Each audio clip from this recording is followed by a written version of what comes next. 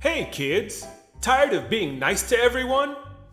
Want to run around like a homicidal maniac? Introducing video games! The wonderful world of video games lets you be the true asshole everyone is too polite to tell you that you are. Run around punching random people. Ruin someone's day so you can feel better about yours. Be a jerk in video games so you don't have to be in real life. Hey, what's up you guys? This is Los from the Big Retro Show. Thank you very much for tuning in today. I got a special episode for you today. I am talking today about moral choices in video games. Oftentimes we have decisions to make in real life and you can't really do what you really want to do, or you can't really say what's really on your mind because you want to be nice. You want to be the good guy. You want to be perceived as somebody easy to work with, and you want to be well liked by everyone. Not so with video games though, because in video games you can be an asshole, you can be a jerk, you can go around doing whatever you want without regard for anyone's feelings and without having to worry about any moral choices. But there are some games though, there are some instances that do make you question, why did I do that? Why am I being such a jerk in this video game? Now sure, we're just talking about pixels here, but these choices that you make in some of these video games really have me bugging. And I'm sure I am not the only person who makes these decisions in video games and then has to think twice about who they really are. So to help me out with this video today, I brought in 3 of my friends from YouTube and Twitter to help me talk about the subject. So first up is a longtime supporter of the channel. I love this guy. His name is Tony. He is the back in the day gamer, and he has a little something to tell you about his experience with making moral choices in video games.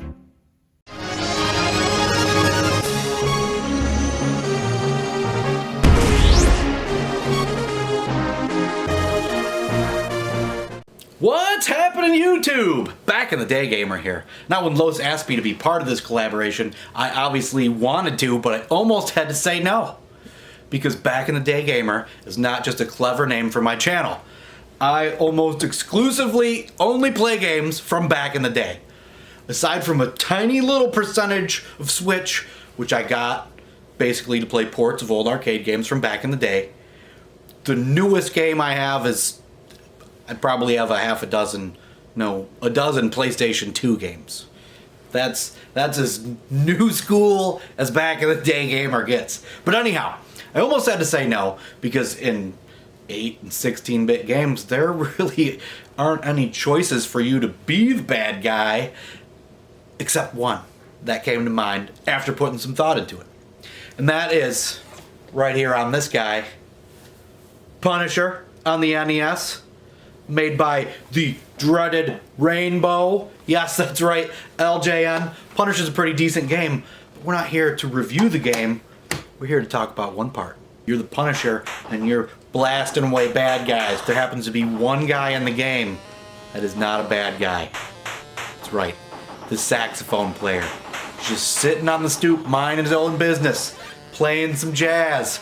And all of a sudden, here comes Mr. Punisher's reticle, taking out all the bad guys. And you see him sitting there and you're like, I'm pretty sure I shouldn't shoot that guy. He's not a threat. He's just sitting there playing a saxophone. So, you know, at first you don't shoot him, and then you're like, he's there. I have to shoot him. You're the Punisher. You're shooting everybody.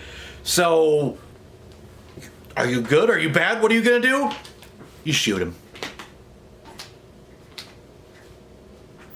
So curiosity got the best of me. I shot the saxophone player. Sue me, okay? Am I a bad guy? I guess I am. Because I shot the saxophone player. He was just sitting there. He wasn't going to shoot me. Or was he? I don't know, because I didn't give him a chance to shoot me.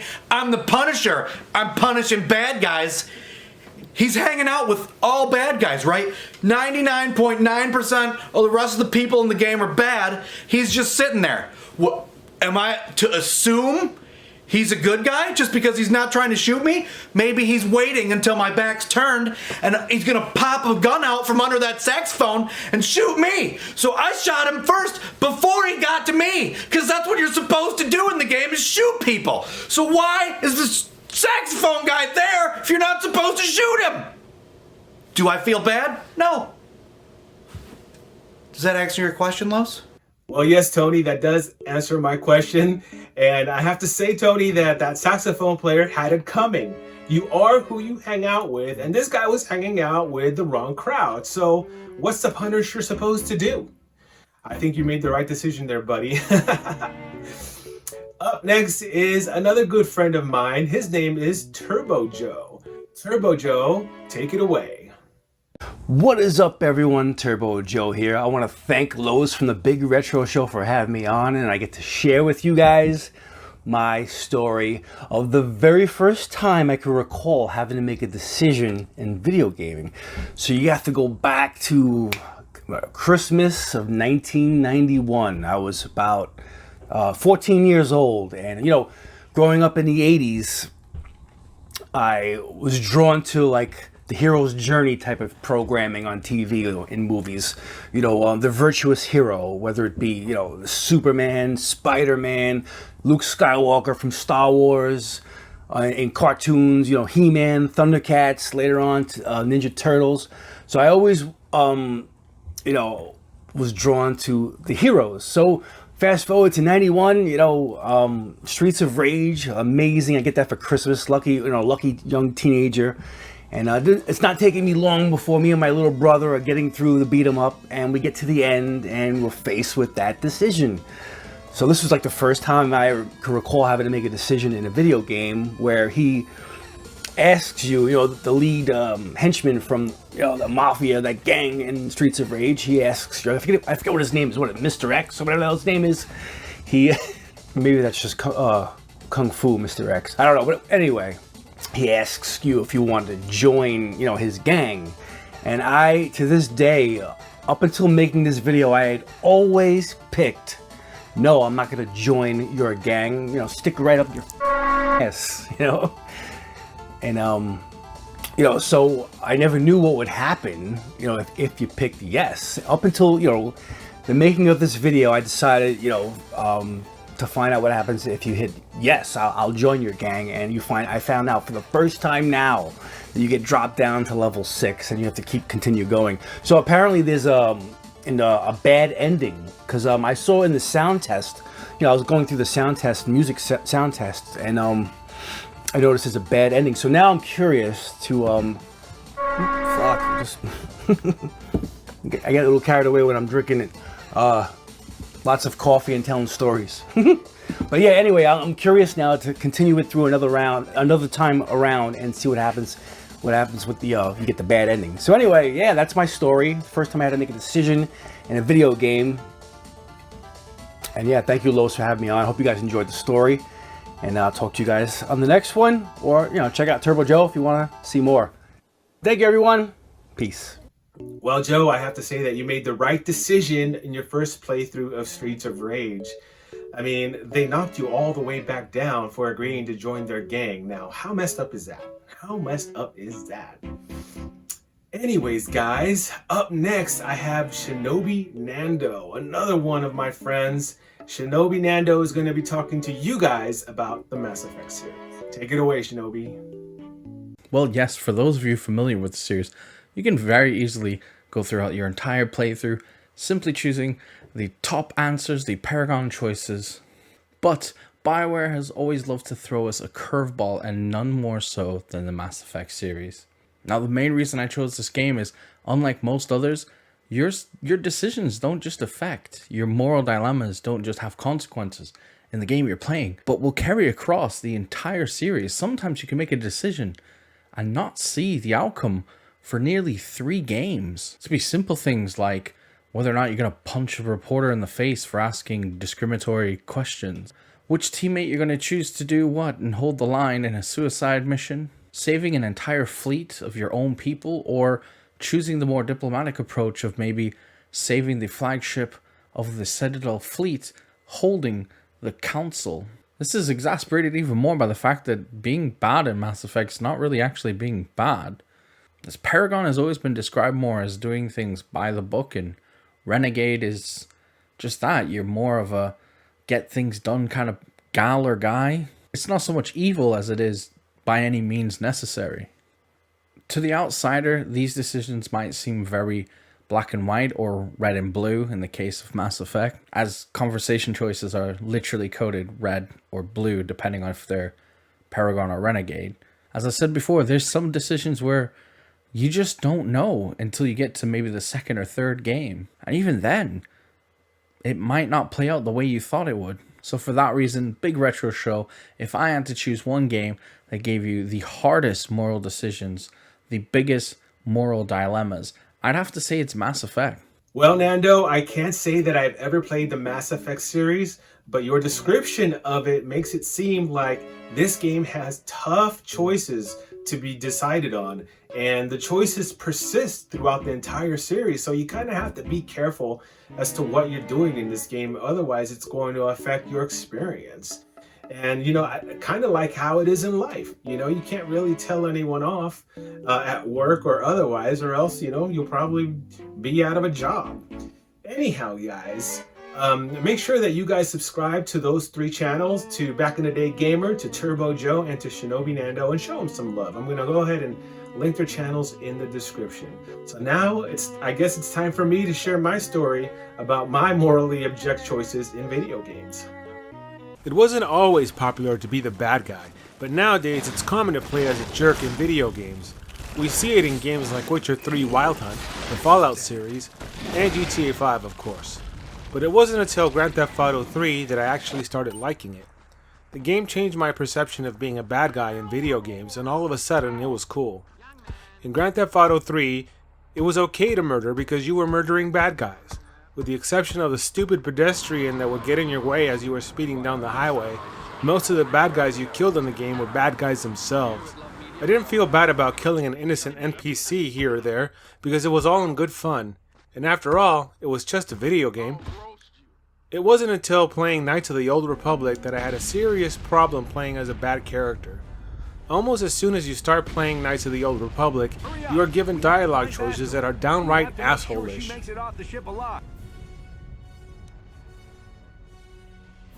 You swore an oath to protect Bastila when you signed up with this mission, just like everyone else in the crew. Now it's time to make good on that oath. As you progress through the game, you interact with a variety of characters, each presenting you the opportunity to be nice, also known as playing the game on the light side of the Force, or to be a total asshole and play the dark side of the Force.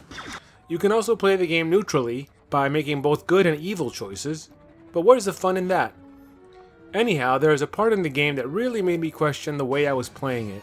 After you escape the first planet you visit, by completing a series of missions, you arrive on Dantooine. With the Imperial forces hot on your trail, you and your companions visit the Jedi Enclave and you are made a Padawan. This is where you are given your first lightsaber and are now training to be a Jedi. At this point in the game, if you have been playing the game as an evil character, you can course correct and start making good and wholesome choices. You can pick up several missions on Dantooine, and the one that really made me morally conflicted was the plight of a woman who was missing her droid. The droid was the only thing that her dead husband left her, and it seems that he ran away into the desert. She asks you to recover the droid for her. You find the droid in the middle of committing suicide by taking on a pack of calf hounds. A droid committing suicide? I know, right?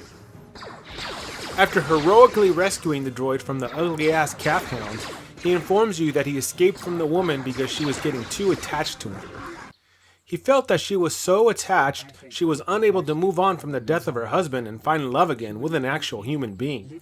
From there, you can either destroy the droid and tell the woman why he ran away, convince the droid to return to the woman, or destroy the droid and tell her that he is still out there somewhere. Choosing the latter is considered the dark side choice and causes the droid to use some choice words against you.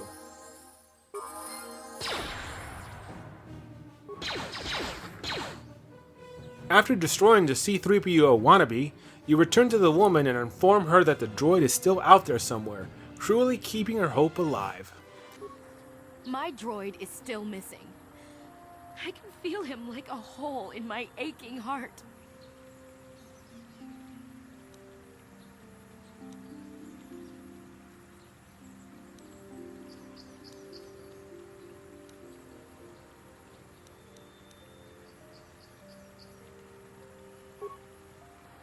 He's out there still? I must find him.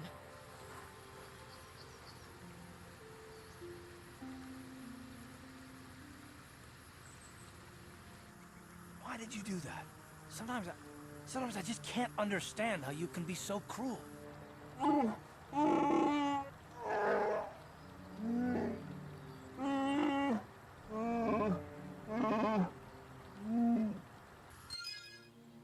Making this choice also draws the ire of your travel companions.